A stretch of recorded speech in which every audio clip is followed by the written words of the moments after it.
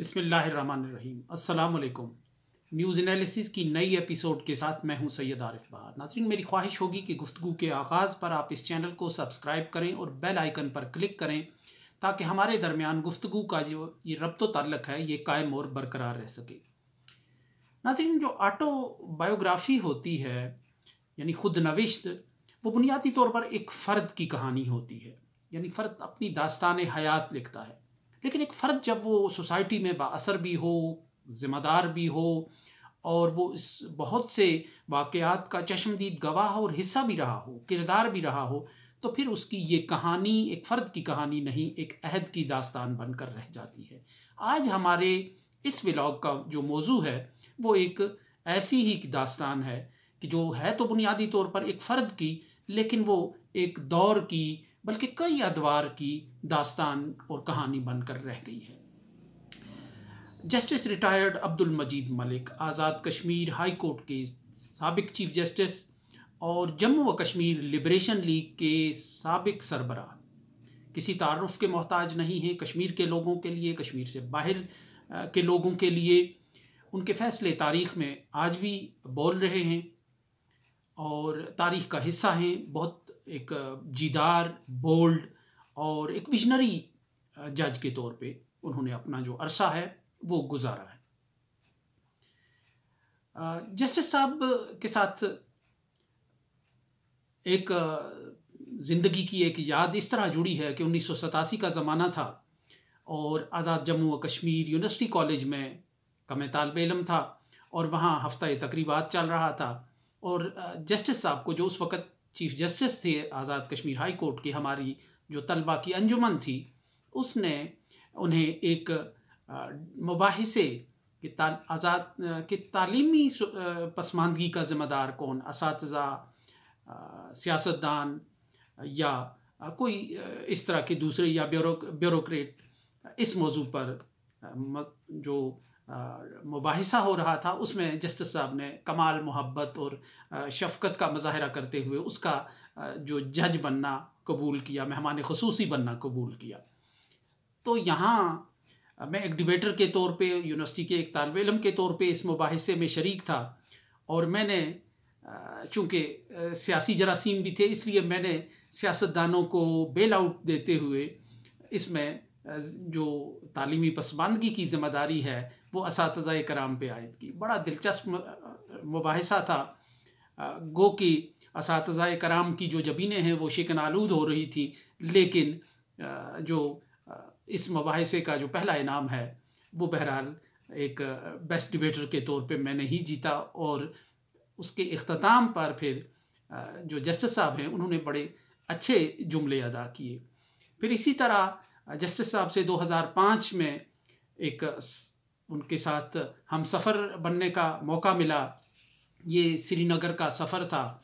एक intra Kashmir dialogue की जो एक कॉन्फ्रेंस है वो श्रीनगर में मुनक्कद हो रही थी, तो उसमें हम जो आज़ाद कश्मीर का डेलीगेशन है हम उसमें जस्टिस साहब के साथ थे और जस्टिस साहब ने जिस खूबसूरत अंदाज से वहाँ श्रीनगर में, जम्मू में कश्मीर का मुकदमा लड़ा, कश्मीर के लोगों का मुकदमा लड़ा, वो बिलाशुबा आज भी मेरी यादों में वो ताज़ा है। मेरे बैकग्राउंड में जो तस्वीर आप झील डल की देख रहे हैं ये उसी दौरे की यादगार है जो अब हमारी यादों का एक ख़ूबसूरत हिस्सा है और ख़ूबसूरत यादों का एक दिलकश हिस्सा है जिन्हें हम कभी फरामोश नहीं करेंगे, क्योंकि मेरे लिए वो एक मेरे आबाई वतन का एक की सैर थी, का दौरा था। तो जस्टिस साहब की जो ये खुद नविश्त है ये बहुत दिलचस्प है। ये आज़ाद कश्मीर के ये सियासी और हंगामा खेज़ दौर की कहानी है, दास्तान है और इसमें बहुत से वाक़यात को असलूब इसका बहुत खूबसूरत है। जो तर्ज़ तहरीर है वो बहुत खूबसूरत है। ज़ाहिर है जस्टिस साहब ख़ुद भी बहुत अच्छा बोलते थे, एक बहुत नामी ग्रामी वकील रहे हैं वो अदलिया में आने से पहले और उनकी धूम रही है। वकील के तौर पे भी उन्होंने बड़ा काम किया है। अदलिया में आए तो फिर उन्होंने गिलगित बल्तिस्तान समेत बहुत से जो ऐसे फ़ैसले दिए हैं कि जो तारीख़ का हिस्सा हैं और जिनके हवाले दिए जाते हैं और दिए जाते रहेंगे। तो ये एक बहुत अच्छा मैं समझता हूँ कि इजाफ़ा है कश्मीर के हवाले से, मौजूदा सूरत हाल के हवाले से ये जो किताब आई है। और 386 सफ़हात पर मुश्तमिल किताब को कई अदवार में तकसीम किया जा सकता है। इसका इब्तदाई जो दौर है वो जस्टिस साहब का कि जब वो महाराजा की रियासत में सूबा जम्मू के कस्बे डडियाल में पैदा हुए, एक मुतवस्त घराने में पैदा हुए, और फिर उन्होंने अपनी दुनिया आप पैदा करने का और अपनी दुनिया आप बनाने का एक रास्ता इख्तियार किया। फिर उनकी ज़िंदगी का दूसरा दौर जो है वो एक तालिब इल्म के तौर पे गॉर्डन कॉलेज रावलपिंडी का है, जहाँ वो एक तालिब इल्म लीडर के तौर पर उभरे। फिर लाहौर में उन्होंने मज़ीद तालीम हासिल की। तो एक उनका ये ज़माना है, और ज़माना तालिब इल्मी ही में वो एक मुतहर्रक स्टूडेंट लीडर के तौर पे अपनी शनाख्त कायम कर चुके थे।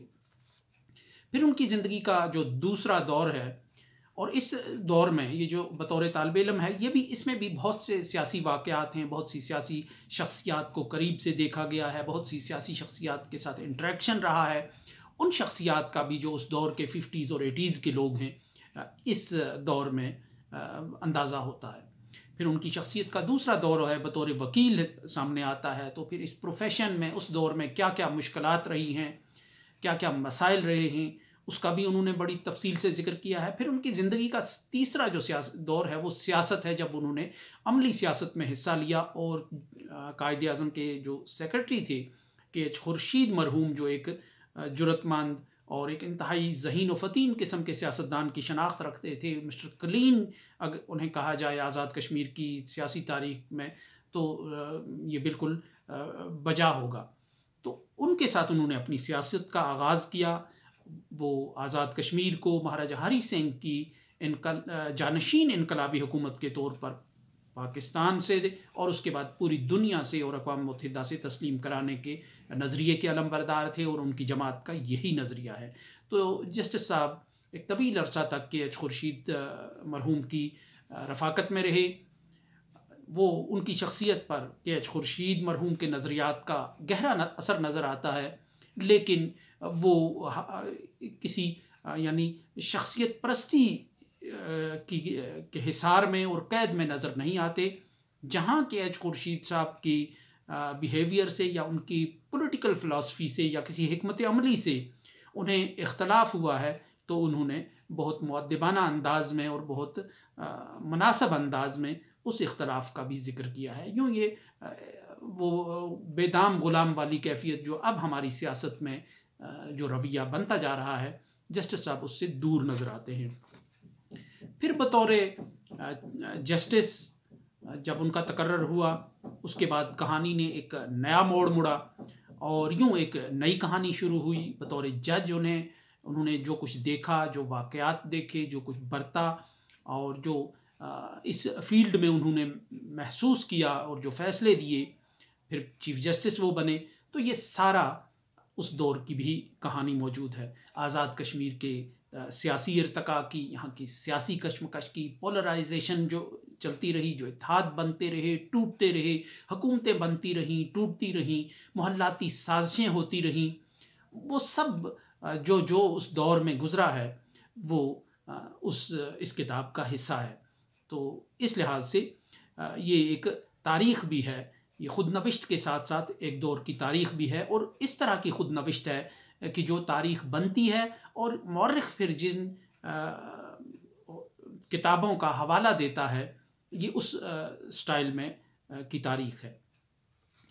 तो इसी तरह फिर जस्टिस साहब ने रिटायरमेंट के बाद फिर जो काम किया कश्मीर के हवाले से, या बतौर चीफ़ जस्टिस जो उनका एक रोल रहा, मुख्तलिफ़ हुक्मरानों के साथ जो उनका राब्ता रहा, पाकिस्तान की शख्सियात के साथ जो उनका राब्ता रहा, चोटी के वकला के साथ उनका राब्ता रहा, तो वो सारी कहानियाँ इसका हिस्सा हैं और इस किताब का।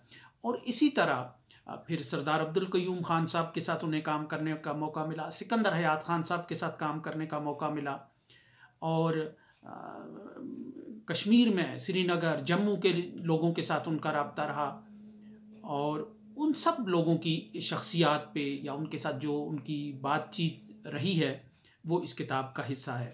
कश्मीर के हवाले से उनकी अपनी एक अप्रोच रही है, बड़ी रेडिकल अप्रोच रही है। मुझे ये कहने में कोई दो राय नहीं है कि बड़ी रेडिकल अप्रोच रही है। तो वो उसका पूरी तरह इजहार करते हैं। उनका अपना एक नुक्ता नज़र है, उससे आप इख्तलाफ भी कर सकते हैं, उससे आप इत्तफाक भी कर सकते हैं, लेकिन उसके वज़नदार होने में और जानदार होने में मेरा ख़्याल है कि कोई दो राय नहीं है। एक कश्मीरी के तौर पे, एक पाकिस्तान के एक पाकिस्तान दोस्त एक कश्मीरी के तौर पे उनके ख़यालात को वेटेज मिलनी चाहिए और शायद मिलती भी रही है। तो इस लिहाज से ये किताब आज़ाद कश्मीर और रियासत की जो तारीख़ है और जो एक बीते हुए वाक़यात हैं, नाखुशगवार वाक़यात हैं, उसका अहाता किए हुए है। इसी तरह इस किताब में बहुत से ऐसे वाक़यात भी हैं जो आज के जो सियासियात का तालिब इल्म है उसके लिए दिलचस्प हो सकते हैं। जब वो कश्मीर के हवाले से बात करते हैं, एक डेलीगेशन जो 60s में 64 में जब चाइना के वज़ीर ख़ारजा जिसका नाम लिउ शाओजी वग़ैरह कुछ इस तरह लिखा है जस्टिस साहब ने, तो वो जब आए तो उन्होंने कश्मीरी लीडरों से मुलाकात का जो प्रोग्राम बनाया, उसमें जस्टिस साहब लिबरेशन लीग की नुमाइंदगी के लिए मौजूद थे, लेकिन बाद में उन्हें निकाल दिया गया किसी वजह से। उनका नाम और सरदार मोहम्मद इब्राहिम ख़ान साहब का नाम इसमें शामिल नहीं हो सका। तो लेकिन जो डेलीगेशन के लोग, जिसमें सरदार अब्दुल क़य्यूम ख़ान साहब, पीर मकबूल साहब और दूसरे लोग थे, वो जब बाहर आए तो उन्होंने ये बताया कि जो चीन के वज़ीर ख़ारजा हैं उन्होंने कश्मीरी लीडरशिप को ये कहा, ये पेशकश की, ये 1964 का ज़माना है जब भारत और चीन के दरमियान जो जंग थी वो हो चुकी थी, लेकिन कशीदगी बरकरार थी और उस जंग के असरात बाकी थे। ये पेशकश की कि कश्मीरी वफ़द को ये कहा गया कि अगर वो चाहें तो चीन उन्हें अस्करी तरबियत दे सकता है, उन्हें असलहा और वसाइल फ़राहम कर सकता है ताकि वो अपना जो भारत के ख़िलाफ़ मुसल्लह जद्दोजहद करें। लेकिन कश्मीरी क़यादत ने ये उज़्र इख्तियार किया कि ये तजवीज़ हुकूमत पाकिस्तान को दी जाए, बतौर कश्मीरी वो इस मामले में कुछ नहीं कर सकते। लेकिन चीन के जो वज़ीर ख़ारजा हैं उन्होंने इस पर हैरत का इजहार किया कि उन्होंने कहा कि तहरीक तो कश्मीरियों की है, लेकिन आप अपनी बेख्तियारी का रोना रो रहे हैं, तो ये तहरीक कैसे आगे बढ़ेगी। इस तरह का जो है ये एक बड़ा दिलचस्प वाक़या है। वहीं एक और दिलचस्प वाक़या ये है कि जो बहुत बाद का है कि जब अमेरिकी स्टेट डिपार्टमेंट में जो रॉबिन राफेल थी उस वक़्त क्लिंटन के वो स्टाफ में थी, क्लिंटन के उस दौर में गालिबन असिस्टेंट सेक्रेटरी ऑफ स्टेट थी, तो उन्होंने एक ऐसा मुसवदा, उनकी एक मुरतब करदा एक ऐसी रिपोर्ट इन्हें दिखाई गई जब वो एक डेलीगेशन के साथ जस्टिस साहब वहाँ मौजूद थे, कि जिसमें ये तजवीज़ किया गया था सारे हालात व वाक़यात की रोशनी में कि कश्मीर को एक इंडिपेंडेंट रियासत बनाना चाहिए, और इस पर क्लिंटन के दस्तखत मौजूद थे। अगर दोनों मुल्क इस पर मुत्तफ़िक होते हैं तो शायद ये बेल मंडे नहीं चढ़ सकी थी और उसके बाद फिर ये मामला ठप हो गया था। तो इस लिहाज से सियासियात कश्मीर को या कश्मीर से दिलचस्पी रखने वाले जो तलबा हैं, तज्ज़िया निगार हैं, उन्हें मैं समझता हूँ इस किताब का ज़रूर मुताला करना चाहिए। ये बिल्कुल उसी तरह की एक किताब है कि जैसे शेख मोहम्मद अब्दुल्ला की आतिश चनार थी। सो इसके साथ ही इजाज़त दीजिए। अल्लाह निगहबान।